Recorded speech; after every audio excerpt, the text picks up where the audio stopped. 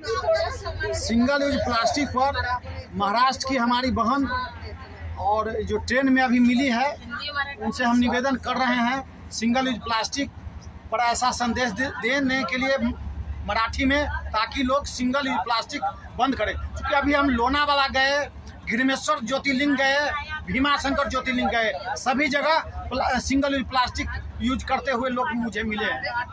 नमस्कार, मी भारती पवार, मी पुण्याहून आले।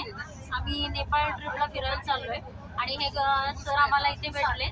तर माझं असं सांगणं आहे की आपण सर्वांनी प्लास्टिकवर बंदी आणली पाहिजे, सर्वांनी प्लास्टिक बंद केलं पाहिजे, कारण त्यापासून आपल्याला हानी होतीये आणि ह्या प्लास्टिकमुळे आपल्या पुढच्या पिढीला सुद्धा याचा त्रास होणार आहे।